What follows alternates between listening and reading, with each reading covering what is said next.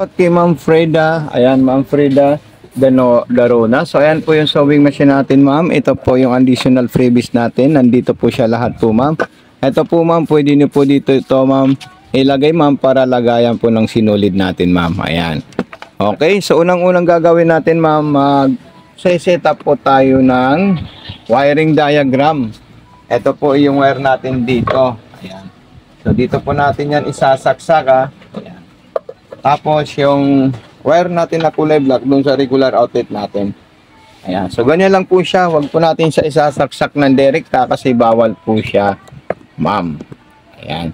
So maglalagay po tayo ng sinulid sa itaas. Ito po yung sample natin kagabi. Yung mga pa-freebies natin. Maglalagay po ako ng sinulid sa itaas. Papunta po sa karayom. Ayan. So ito po siya. Then step 1 ilalagay ko po dito. At kailangan po maipit po dito sa loob. Yan po, dito sa maliit na parang may dalawang metal. Ayan, tapos pataas na po siya. Then, isasabit natin dito. Okay? Tapos, dito naman po. At dito. So, last na po yung sa karayom natin. Ayan, last na po ipasok doon sa butas ng karayom. Papunta po siya sa likod. Yung tamang pagpasok ng karayom. So, tingnan nyo po siya ma'am para makita nyo po ng maigi. Ayan. Okay. Ayan. Ipapasok ko na po siya sa butas ng karayom para mayroon po kayong guide kung paano po siya gagamitin, kung paano po siya i-start. Ayan. So sa ilalim naman po, steady lang po yan. I-open natin ito. Ito naman po yung ating bobbing. Ayan. So, yung tamang paglalagay ng ating bobbing, ito po siya. Ayan. Tapos, ilalagay natin ng ganito. Ayan. Sabit natin dito at ilalabas po doon. Ayan. Okay. So, makikita nyo na lang po yan pag nasasayo na po itong sewing machine natin. Sagad po yan, tutunog po siya. Ayan. Then, ikutin natin itong hand wheel. Pag iniikot natin yan, ipitin natin yan. Para magsama yung dalawang sinulid, ilalabas na natin siya. Ayun po silang dalawa. So pag mayroon po kayong concern, wag po kayo mahihiya mag-message sa akin. Okay, so ayan po siya at ito na rin po siya. Ayan. Then magsasample po tayo ng mga stitches. Tatandaan po natin ma'am, pag nilagay natin ito sa kaliwa, straight line. At hanapin natin yung straight line. Ayan. Ito, palaging nasa middle position po siya. Kasi pag nibani po siya, sa kaliwa yung position ng needle, sa kanan naman po yung position ng needle. Kaya, kailangan nasa middle po siya. Ito naman po yung agwat, reverse. Ayan, long press pag gusto nyo pong umatras yung unit natin. Okay? Pag gusto nyo naman po ng mabilis o raw speed, ito po siya. So, start natin siya sa straight line. Okay, straight line po tayo mga ma'am and sir. Ayan. Para kay Freda Darona. Ayan, button start. Ayan. So, napakaganda po ng ating unit po, ma'am. Then, reverse, ito po siya. Ayan.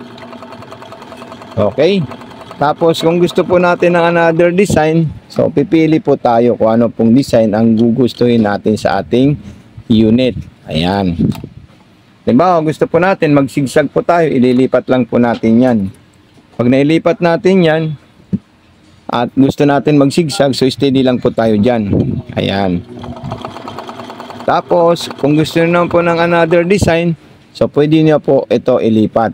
Ayan. Mga iba't ibang klaseng design. At yung distance, ito po siya. Ayan. So, masyado siyang mapino, so pwede nyo po siya lakihan. Ayan. Napakaganda po siya, ma'am. Lagay natin dito sa mga malilit na pangborda natin. Ayan. Ayan, so kahit saan nyo po ililiar, kailangan po alalayan po natin yung tela natin ha. Dapat i-straight lang natin yung tatahiin natin. Kumbaga, ito tuwid natin siya. Ayan, tapos sumunod naman po kung gusto po natin pang scallop. So ayan po yung mga scallop na design ng ating unit. Kung gusto niyo po medyo masinsin, so ayan po siya. Ayan, so napaka-astig at napakasarap po siya gamitin ma'am. Yung mga nandito po siya lahat po ma'am, etong kulay green dito, so kailangan steady dito at itatapat natin yan. At itong arrow na to na malaki, lalagay natin sa number 5 kasi may identity po siya. Yung mga white, pwede po tayo magsimula ng 1, 2, 3, 4, 5. Ayan. Okay? Basta pag may meron po kayong katanungan, wag po kayo mahihiya mag-message sa akin. Ayan. So, pang-aging na po yan. So, napakagandang unit po ito, ma'am.